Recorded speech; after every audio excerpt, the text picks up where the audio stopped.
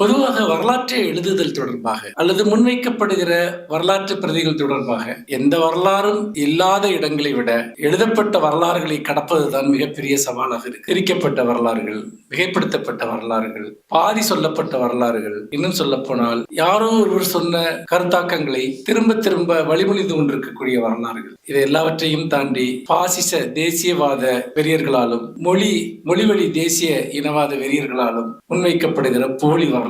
இந்த வரலாறுகளை மறுத்து ஒரு புதிய வரலாற்றை கண்டடைவது என்பது ஒரு புறம் அரசியல் செயல்பாடாகவும் இருக்கிறது, இன்னொரு புறம் அது ஆய்வு ரீதியான பணியாகவும் இருக்கு. ஒரு ஆய்வாளன் இன்றைக்கு இரண்டையுமே செய்ய வேண்டிய ஒரு நெருக்கடியில் இருக்கிறார். அவன் அரசியல் செயல்பாட்டாளனாகவும் அவன் செயல்பட்டு இவற்றை மறுக்க வேண்டி இருக்கிறது. ஒரு வரலாற்று ஆய்வாளனாகவும் அவன் தரவுகளை தேடி சென்று சான்றுகளுடன் அதை நிறுவ வேண்டியிருக்கு. அந்த வகையில் தான் மதிவண்ணன் அவர்களுடைய இந்த பணி என்பது, இந்த நூல் என்பது அநேகமாக இப்பொருள் குறித்து தமிழில் எழுதப்பட்ட ஒரு முதன்மையான முதல் நூல் என்று கூட இதை நாம் சொல்லலாம்.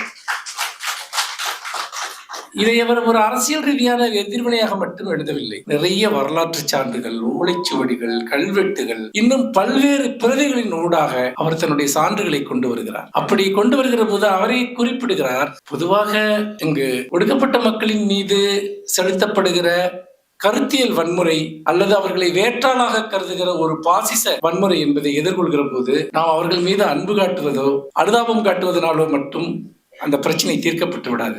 எந்த பொய்யான வரலாற்று தரவுகள் உண்மை போல முன்வைக்கப்படுகிறதோ அதற்கு எதிரான ஆய்வு ரீதியான பதில்களை முன்வைக்கிற போதுதான் அதை முறியடிக்க முடியும் என்பதை அவர் இதில் திட்ட தெளிவாக சுட்டிக்காட்டுகிறார். அத்தகைய ஒரு பணிக்காகத்தான் அவர் இந்த பிரதியை இங்கே முன்வைக்கிறார்.